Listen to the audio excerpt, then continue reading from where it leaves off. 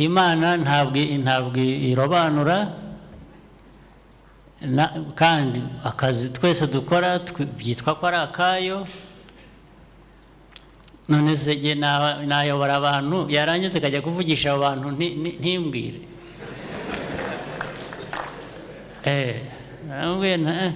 Murampenda. Abantu bajyaga baza kumbwira nabwe ntimwe murampenda, mwebwe muzambwirire iyo Mana yanyu muvuga ibantumaho ko nanjye ndi uwayo, ndashaka kwivuganira nayo. Iyo utuma abantu iteka message hari ubwo iba lost hagati aho ngaho. I don't want the message to me from God to get lost through the messenger. Don't you think? So ibintu bya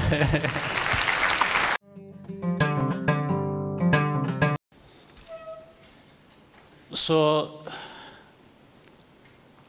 to do is made easier by following through with the path I was talking about. Challenging yourself, asking yourself questions, finding answers. If you want something to come easy your way, you probably will never get it. Isn't that what it is? If you ever want easy things, there is a chance in a million, right? That maybe things will come easy. And if they come so easy, they won't last. I mean, I'm not responsible for this. I'm just, I'm not the one who made it to be like that. I'm only telling you something. At least some of us have even lived. Isn't it? Yes. Some of us are just telling you life stories or things that we've seen in life, at least from our vantage point. But that's what life is. But what the last point I was talking about is not this one, but I'm just building on that to talk about you as Rwandans and then you as Africans as well. You see, if you look across our continent, Rwanda inclusive, Rwanda being one of the Africans, there is this state of affairs on our continent that many times is really depressing.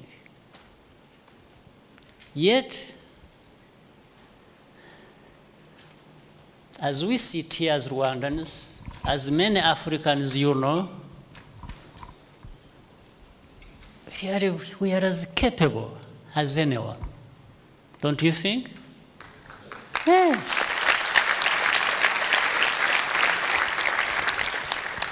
We are as capable as these fellows who run after begging for life. Can you imagine? That the contradiction, but also the predicament of someone turning into a beggar, and you are begging from somebody who is as capable as you are. Or you are capable and as good as. Can you imagine that for a moment? And this goes on year in, year out, decade in, decade out. For Africans, for Rwandans, you, us. So what is it? So I want to give this to you as a challenge, and as you go about your lives and as you keep growing, keep thinking about it. And think about the role you can play even as an individual to make a difference. Right? I rest my case. So,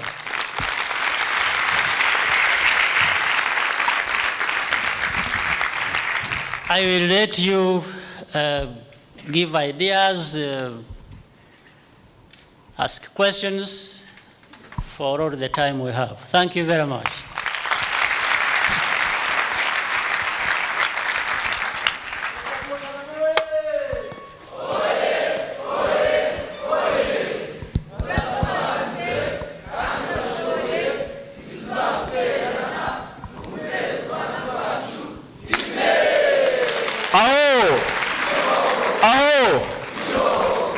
murakoze nyakubahwa Perezida wa Repubulika ku mpanuro muduhaye.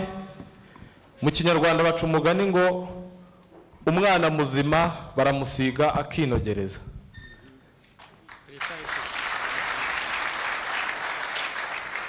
Ndangamirwa uko akura akazanisiga akinogereza. Murakoze cyane.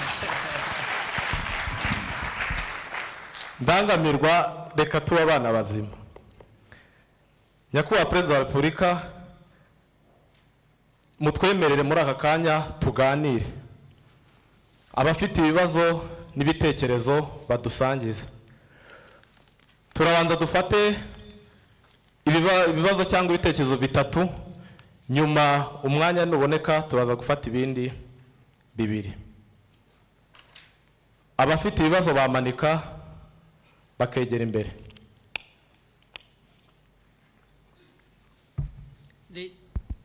Bashobora no kubarizaho bari bivuga izina gusa. Ndabona uwa mbere hano. Murakoze, nitwa Salome Tuyisenge.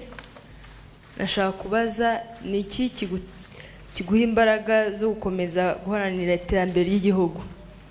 Murakoze.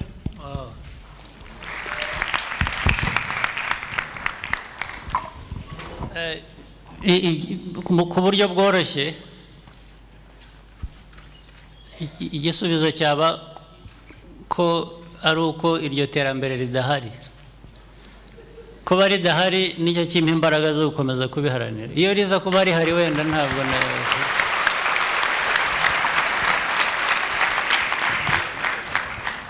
sibyo. Uzi rwa rugero nigeze gukoresha mbere rwo gusakara. Buriya abantu batanyagirwa ngo bamererwe nabi ntabwo bakwibuka gusakara. So the pressure yo kunyagirwa ituma ushaka gusakara. So iterambere kuba ritariho tumeze nabi kuri aho tumeze bikwiye gutera buri wese imbaraga gushaka kubiharanira. Sibyo?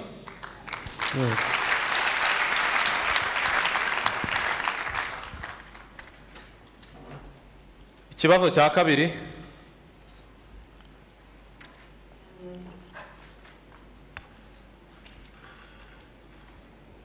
Murakoze nyakubahwa Repubulika. Nitwa Leya Tumusime, ndi mu isibo yo kwihesha agaciro, ndi umunyeshuri mu gihugu cy'Ubuhinde. Ndabanza kubashimira cyane mu Buhinde. Ndabanza kubashimira cyane kubwo ijambo ryiza mutugejejeho. Ntabwo ari ikibazo, ni amatsiko nshaka gusobanukirwa. Ese ni iki kijya gishingirwaho kugira ngo itegeko nshinga rihindurwe ku buryo nyakubahwa Repubulika mwazatuyobora ku yindi manda nka generation yacu tukabasha kongera nanone kuba twagira mu bikorwa byo gucontributinga mu kubaka igihugu tutakira abanyeshuri mukiyobora? Murakoze.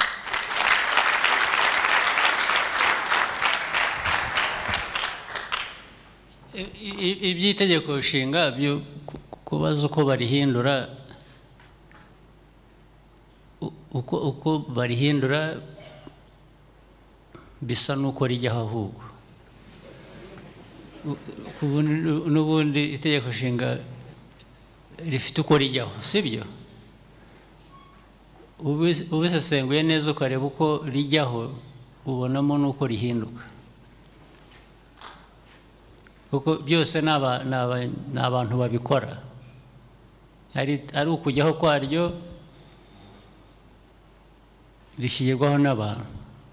Hari ibintu byinshi bigenda bihindukamo, nta tegeko nshinga ku isi ryo ribaho ritajya rihinduka, nta ritarahinduka. Wari ubizi ku isi yose hose, usibye ko hari n'ababaho batagira n'amategeko nshinga ahubwo burya. Wari uzi ko hari ibihugu bitagira itegeko nshinga? Wari ubizi? Ariko bibaho, bagira norms bagenderaho, kandi some of the most democratic countries zitagira itegeko nshinga zigira ibindi zigenderaho. Ariko icyo wavugaga cyari simple, naho ndi bukigarukiriza gusa. Ibindi uko biba affected, uko bihinduka sinirwa mbijyaho. Ariko igisobanuro nashaka kuguha ni ikigarukira ku cyo wari uvuze cya uko itegeko nshinga rihindura. Uko rihinduka niko rijyaho, niko bikorwa n'abantu, bigira uburyo bikorwa. Icyo rizahindurirwa cyangwa ryahindurirwa ntabwo ari cyo nirwa nganira ngewe, kuko ngira ngo nawe si cyo icyangombwa cyari kumenya uko bihinduka. Reka tubigarukirizaho.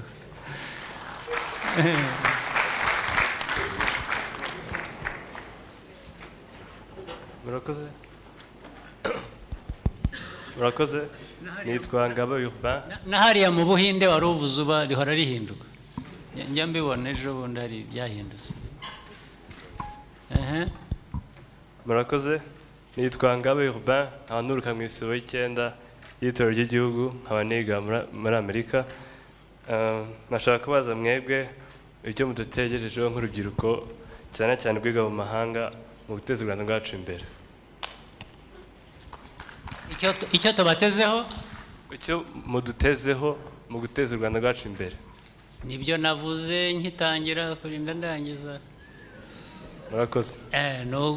No kwiga, no kugira ubumenyi, no kugira ikibaranga, no kugira mugahaha. Bya bindi byo guhaha, abaganga, aba engineer, abagoronome, abiga indimi, abakora byose, kwiga ugahaha. Iyo bizanye mu gihugu birafasha kucyubaka, bituma ubushobozi bwiyongera ku bimwe tugomba gukora kugira ngo dutere imbere. N'ibyo tubatezeho. Wiga iki wowe? Ntabwo numva? Civil engineering. You are most welcome. Thank you. Yes. Ubwo wabaye igisubizo, ntabwo buri ikibazo. Murakoze. Nitwa Abantu Pacifique, nkaba ndi mu isibo yo gukunda umurimo no kunoza. Twatorejwe kuba intore, kandi tukaba tuzi yuko intore igomba guhora yitegura kuba yafatanya n'ingabo z'u Rwanda kubungabunga umutekano w'igihugu cyacu haramutse hari ikibazo. Ariko nashaka kumenya, ese byaba byemewe yuko nk'intore twasaba natwe guhabwa amahugurwa adufasha kumenya izindi kose za gisirikare kugira ngo duhore tuba turi tayari? Murakoze. Bavuze ko bitwa nde? Babona Migisha Pacifique, niga computer science. Hehe. Narangije igice kimwe Brazzaville, ubu ngubu ndi Butare muri UR. Okay. Ikibazo cyawe kiroroshye rwose kandi kirashimishije. Na mu gitondo ngira ngo abayobora ingabo bari hano bagira gahunda bahamagarira abanyarwanda, bitari ari uburyo bwinshi. haba muri ubu buryo bashobora no kuzongera n'igihe byajya bitwaramo buramutse mwe mukibonye icyo gihe mu byo bigisha bakarushaho kubigisha ibindi bijyanye n'ibyo usaba ari uburyo ubwo byo mwarangiza ibyiciro bimwe murimo mwifuza kurangiza noneho mugasaba kujya mu ngabo z'igihugu kuzijyamo noneho kuzikorera bitari kuba umushyitsi muri zo nabyo birashoboka byose birashoboka ku byo wabajije nta kidashoboka ahubwo birafasha kugenda byongera ubushobozi mu buryo bwo kurinda igihugu cyacu sinzi icyo wifuza rero urashaka kukibamo kugikorera kujya mu gisirikare ukakibamo hari ugukoresha n'ubumenyi usanzwe ubwo wize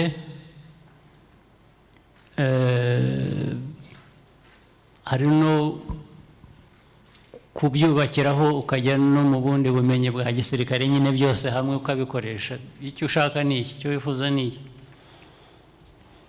kuba twabyubakiraho ubwo rwose we ukurikiranira hafi hari uburyo ngira ngo iyo ari ingabo z'igihugu ari abapolisi ari ibindi bijyanye n'umutekano bagira igihe cyo gushaka abanyarwanda n'ubundi ko ari ibyanyu se mutabigiyemo bizagibwamo n'abandi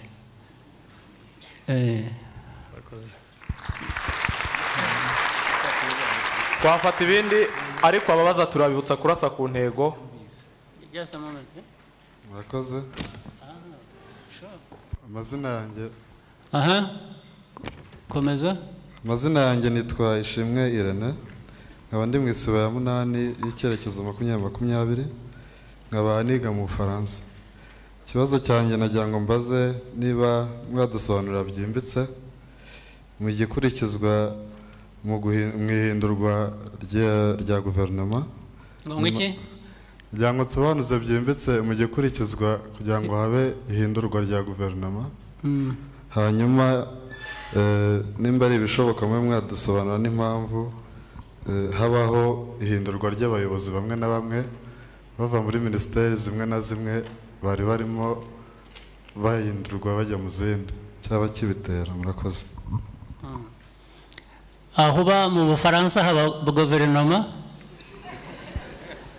cyangwa zirahinduka ntabwo ujya ubaza ngo bakubwire uzasanga bisa igihindura za guverinoma zo mu Bufaransa kugenda gusa n'ibihindura guverinoma z'ahandi wari wabibaza ntabwo nayo narabonye uburyo bwo kubibaza nyakubahwa perezida nusubirayo uzababaze uzagaruke nzakubwira murakoze nyakubahwa perezida wa repubulika mutwemereye twafata ibindi bibiri. Thank you, Excellency. My name is Mugisha Ronald Ian, Platoon 7, Isibo, Kuyesha Gachiro. Rwanda is currently chairing the East African integration, and we understand that the Commission is working on its monetary policy to make sure that the East African community has one common currency. His Excellency, how do you intend to achieve that? Because I doubt if this will not affect Rwanda, as its currency is more variable than other countries like Uganda and Burundi. Thank you.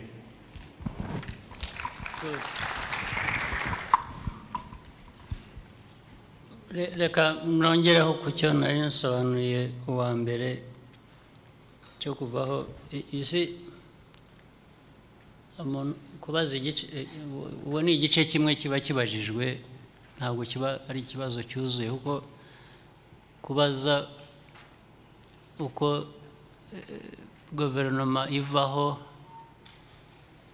cyangwa uko abayobozi bamwe bahindurwa utabajije uko bijyaho na mbere hose utangiriye ikibazo hagati ubundi ahubwo zijyaho zite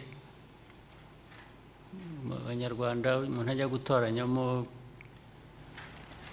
abayobozi n'iki bakajya mu ntuza burya uhereye aho bitangirira uko guverinoma zijyaho n'uko abantu bajyaho wumva neza uko abantu bavaho n'ukuntu basimburana ariko icyo ndacyakomeza icya mbere nari navuze cye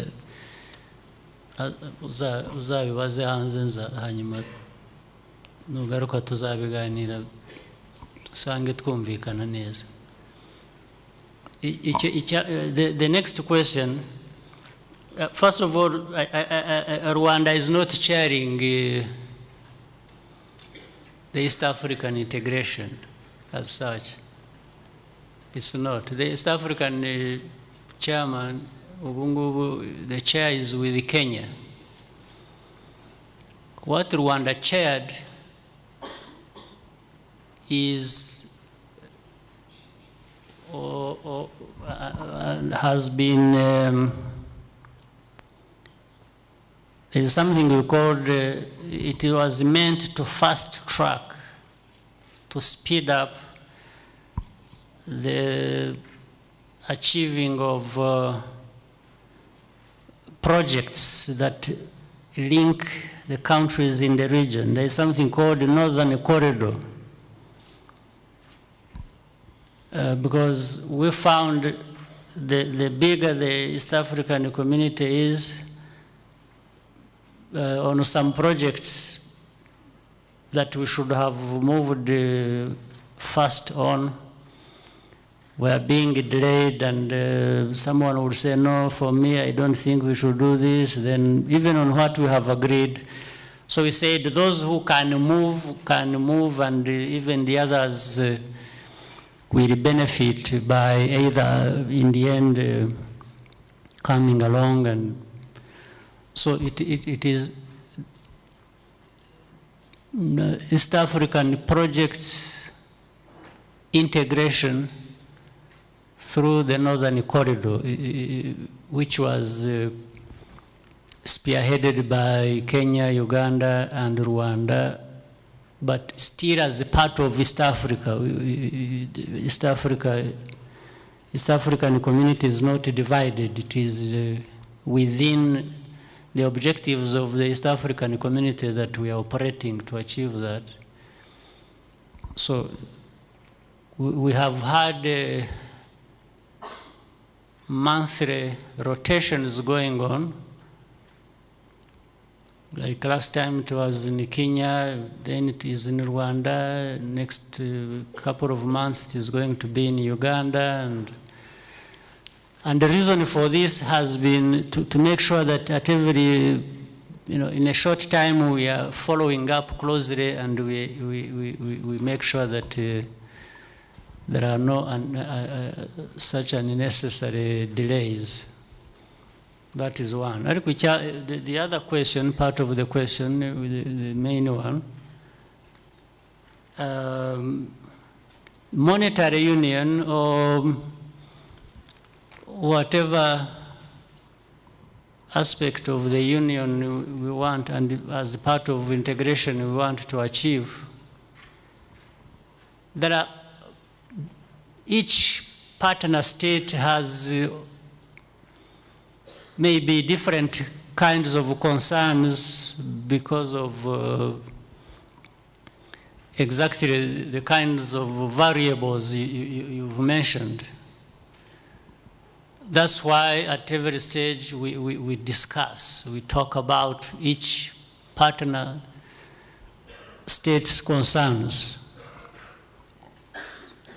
Some may have similar concerns, others may have totally different concerns, but we move as a region, so we put all that together, discuss that, then find a solution that at least to an extent satisfies everybody. We find a solution that will satisfy everybody. We accommodate. There is a lot of accommodation in the process. So the worries you have were expressed every day and at every stage as we integrate. But the most important thing is for people to sit down and listen to one another and find a way around whatever challenges for again, the same common goal, which is integration. So achieving integration is a journey, it has challenges, but we must address these challenges. murakoze nyakubahwa perezida wa repubulika.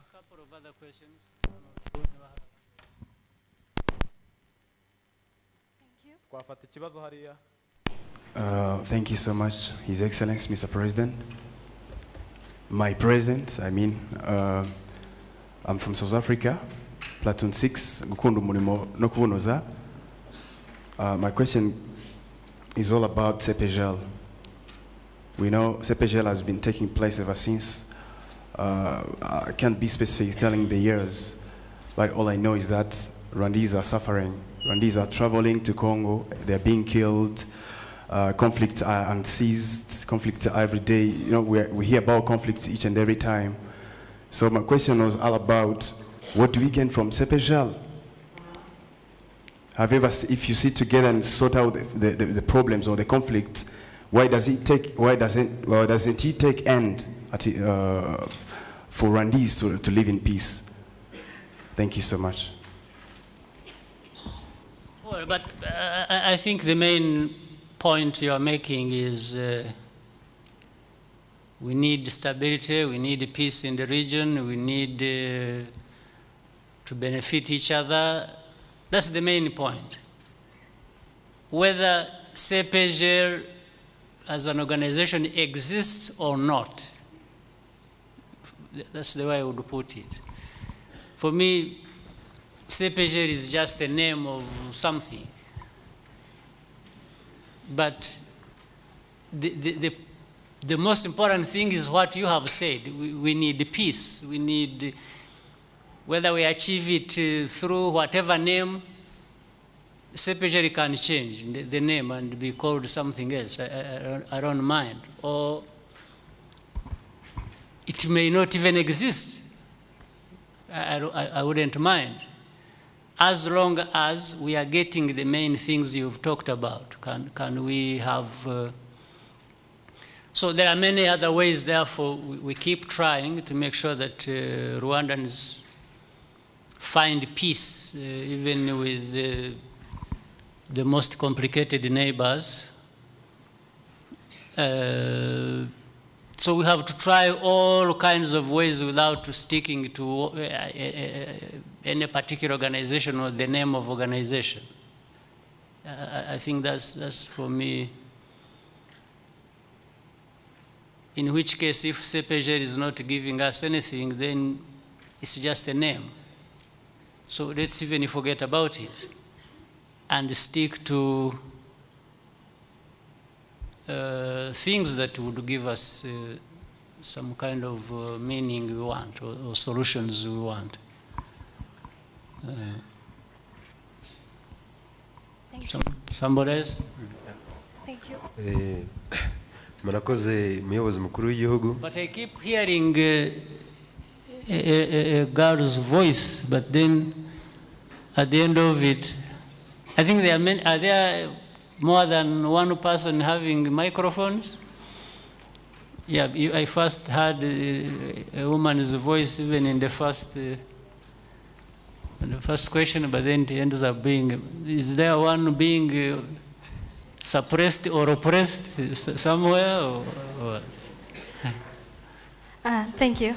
My name is Nadine Nilitandi. I'm a university student in the United States of America. I'm pre-medicine. I'm studying pre-medicine. I would like to know if Itorero could take place abroad, where the Rwandan diaspora lives, since it's to do what? Take place abroad. Outside of Rwanda. Outside of Rwanda. Yes.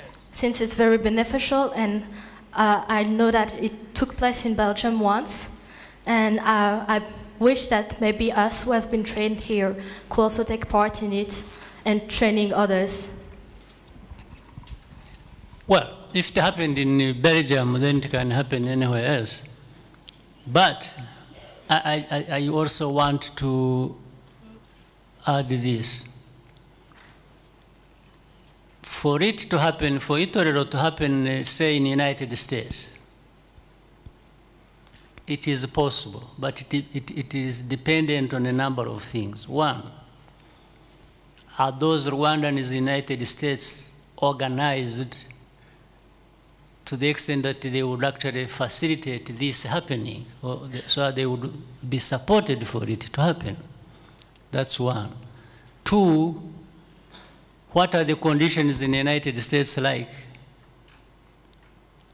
to the extent that they may allow certain things to be done there from outside of the United States? Three, it may also mean there are things we can do with the people here when they are here that we may not be able to do with the people outside of Rwanda. You see the point? So one has to study that carefully and determine what you want to achieve and what you are able to achieve, or you would be able to achieve, don't you think? But I think there is more value doing it here because you facilitate people not only from the United States but from other places to be together. And then I'm not sure, hano sinzi wavuze ko babigishije ngo ukoresha imbunda. Well, I know guns are everywhere in the United States, but I don't think they would allow us to put you together and give you guns and start shooting around. Don't you think? Is that going to be possible? At least it's not easy. Even in states where the laws allow guns being everywhere, would still accommodate these Banyarwanda getting together and doing all these kinds of things. So ariko niba ari ukubicaza kubahuriza hamwe umuntu akaza akabaha ikiganiro, we send different ministers to talk to you and other leaders, maybe that can be achieved. But that would be minus some other few things we may not be able to do outside of the country that we can do here. But it also depends on the organization, whether Rwandans would, the numbers, the level of organization that would really make it cost effective to run such a Itorero. You get the point?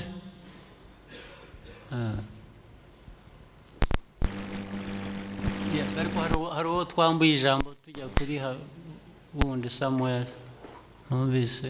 Murakoze nyakubahwa, ndabashimira cyane ku kiganiro cyiza mwaduhaye. Nitwa Ndayamba Jean Albert, niga muri Maroc, ndi architecte, ubundi gukora recherche muri contemporary urbanism and modern design. Mu byumweru bibiri tumaze ahangaha twatojwe mu ndangagaciro twatojwe ko intore irinda ibyagezweho nta cyayisenya ibona. Nkanjye nk'umunyarwanda numva ko agaciro mfite cyangwa se ikintu gihenze mfite nk'umuntu ni igihugu cyanjye. Bike twageze cyangwa se ibyo tumaze kugeraho kubirinda harimo umutekano wabyo physically, ngo ingabo z'igihugu. Ubu ngubu mfite imyaka 24, ndi muri PhD, ariko twabwiye ko cyangwa se numvise ko kwinjira mu ngabo z'igihugu bisaba hari imyaka bagenderaho ku umuntu atarengeje. Nabwiye ko ari imyaka 25. Ngiye nsanga nzarangiza kwiga iyo myaka narayirengeje, nzarangiza amasomo ndimo myaka narayirengeje. Kandi nifuzaga kuba naba mu bantu barinda igihugu cyanjye. Nkaba nibaza niba hari bishoboka ko umuntu yajya mu ngabo ubu ngubu akarangiriza amasomo ari mu ngabo kugira ngo imyaka itazamunangira. Murakoze nyakubahwa.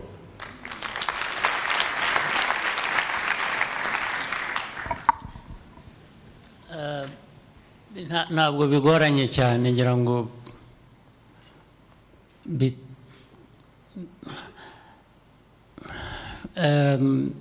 ingabo zifite what I would call windows nyinshi, amadirishya menshi binyuzamo abantu bashobora ntabwo abantu banyura mu madirishya, banyura mu miryango. So hari imiryango myinshi bitewe, barabanza bagasobanura ubundi ibishaka abantu bakiri kare ni nka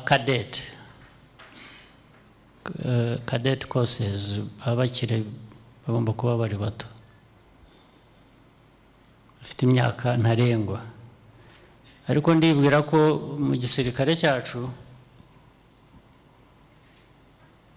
no ku yindi myaka hari urundi rwego bagutwariraho bitewe na mutual interest. Mutual interest ni ukuvuga ngo urashaka kuza mu ame, ariko na ame nayo irashaka kuzamo kubera interest gufitemo because of certain qualification or certain skills. Do you get the point? Let me be provocative and say something. If you came to the army when you are 30 and you say, I want to join the army, which is your right, and then the army asks you, say, oh, what qualification do you have that we may be interested in? And you say, I'm a political scientist. They may say, oh, you know, we have many political scientists in the army, so we are not taking you. But you may come and, like you are saying, you say, I'm an architect, fit my PhD in architecture, and then they say, oh, we've been looking for architects. We are happy to have you. They will not put you through a cadet course. They may design another course for you that integrates you in the army. Or somebody may come and say, I'm a medical doctor, and they say, oh, we've been wanting medical doctors in our army, so we'll take you. So the door is not entirely closed on you, even when you spend another 2-3 years. But it's a kind of conditional, right? So I may guess right away that our army may not be having many architects, and they may want or a mechanical engineer. And really there is a simple thing. We may have a lot of things, the equipment and projects that require certain skills that have been very low. It's not just in the army, it's in the police, or it's outside in ministries. There have been skills that are lacking, and the people want to have these skills, so they may. Okay? You got the point? Good. CDS is that the Chief of Defense Staff is here, so I think, is that a proper explanation? Yeah.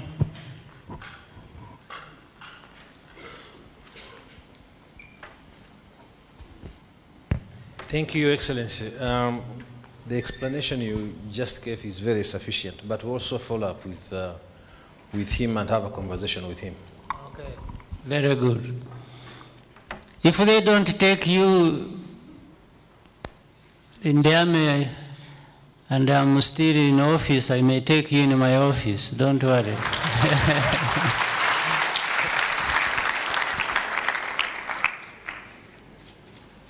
uwo mwari uri imbere yawe.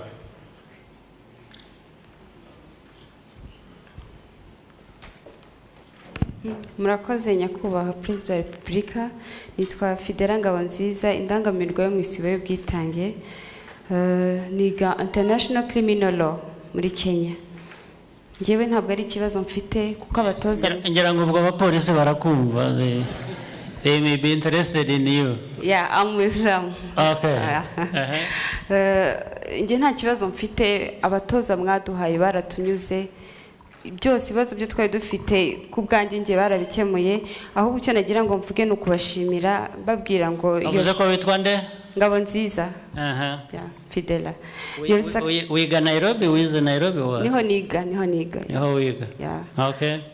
Mvuge ngo your sacrifice made us who we are today. Tubabwire ko urugamba rwari rukomeye, twibaza ko rwari rw'amasasu kandi rwararangiye, igisigaye n'urw'iterambere.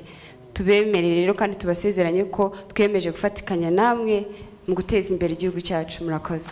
Absolutely. Another one, any other who may urgently want to say something? Murakoze nyakubahwa Perezida wa Repubulika, nitwa Ishema Leandre, ndi mu isibo y'ubutwari, nkaba niga mu Bushinwa. Njyewe icyo nari mfite si ikibazo ahubwo ni icyifuzo. Twabonye ko habaye Rwanda Day mu bihugu bitandukanye, nkaba nifuzaga kubasaba niba mwadufasha tukagira Rwanda Day mu gihugu cy'Ubushinwa. Murakoze. Sure. One day, yes. One day we shall have it there. Thank you. So, no problem. Next. Somebody there?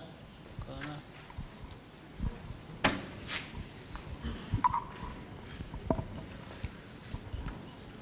Murakoze Your Excellency, nitwa Ndungutse, ndi mu isibo y'Ubunyarwanda. Nashakaga kubaza itandukaniro n'isano ry'imyizerere, idini n'iy'ubunyangarwa n'indangagaciro z'Ubunyarwanda, kuko urabona ari itorero yo mu rusengero n'iri torero sinzi icyo bivugaho. Murakoze.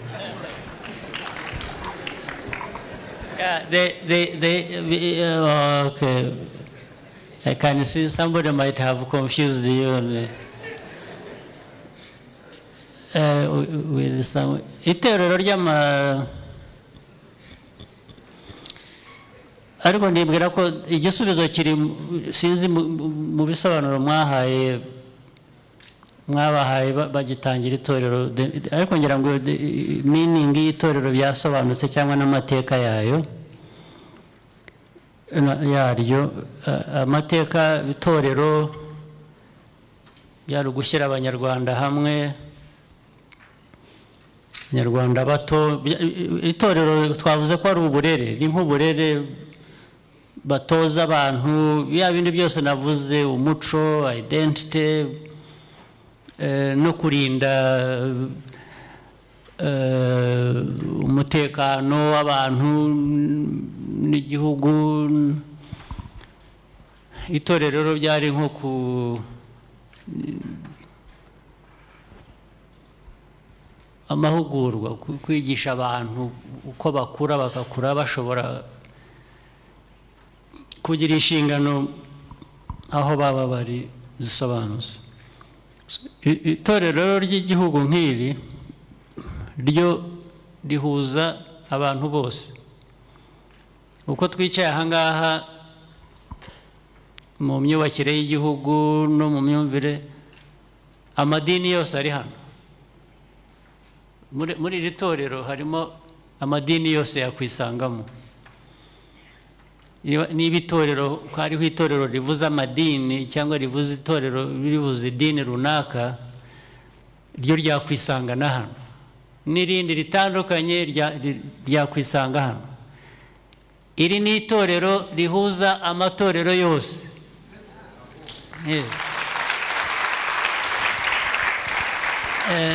Ni itorero ry'igihugu rihuza abanyarwanda bose, icyo baba bemera gitandukanye n'icy'abandi.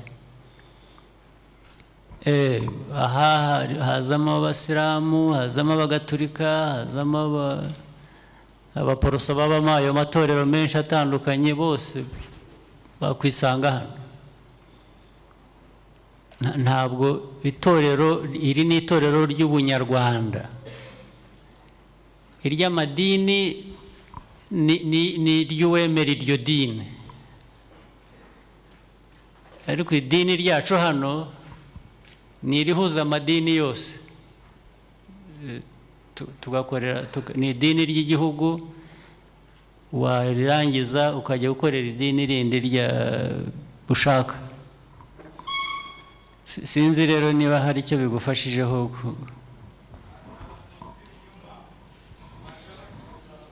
Umuco nyarwanda nabo batoza identity, bakakwereka ngo umukristo agomba kwitanga, noneho bakaza bafite abahanuzi. Nashaka kubaza icyo uvuga kuri abo bahanuzi b'amadini, kuko nabo baza bahanurira bose, ntabwo bihita niba uri umwisilamu cyangwa niba uri umugatolika, bahanurira uwo babonye bose. Murakoze.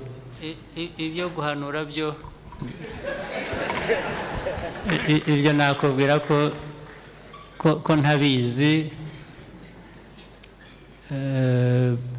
Izo ni powers zirenze ziri muri constitution. Ntabwo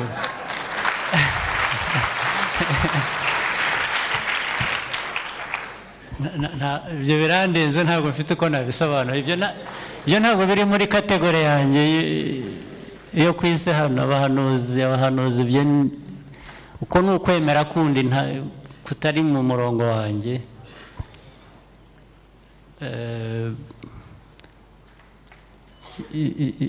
Ibyo guhanura ngira ngo ni powers ziba assumed,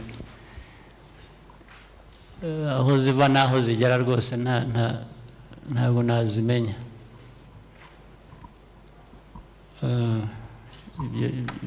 Ibijyanye no kwemera n'Imana n'ubuhanuzi, ibyo ni ibindi bindenze.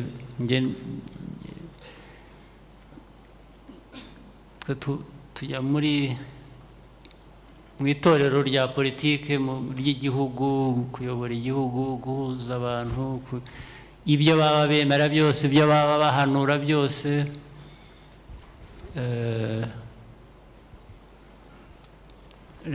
Nguha urugero rumwe, igisobanuro kimwe. Kera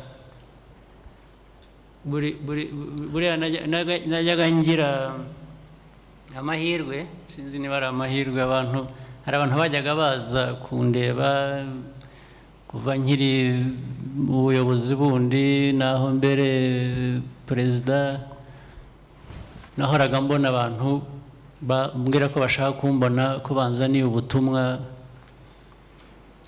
ngira ngo by'ubwo buhanuzi, banzaniye ubutumwa bw'Imana, ko Imana yavuganye nabo ikabantumaho.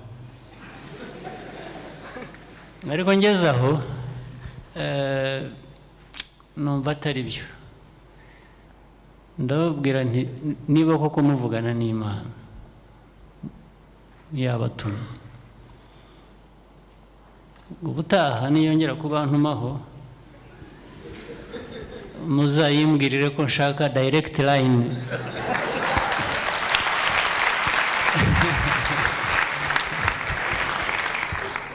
Nshaka kwivuganira nayo, kubera ko yampa inshingano kandi yarangiza ntimvugishe.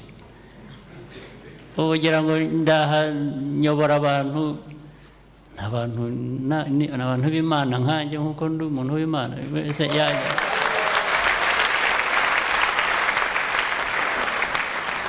Byashoboka niho namenyeye ko hagomba kuba harimo ikinyoma, kubera ko Imana ntabwo irobanura, kandi akazi twese dukora byitwa ko ari akayo. none se jye nayobora abantu yarangiza akajya kuvugisha abo bantu ntimbwire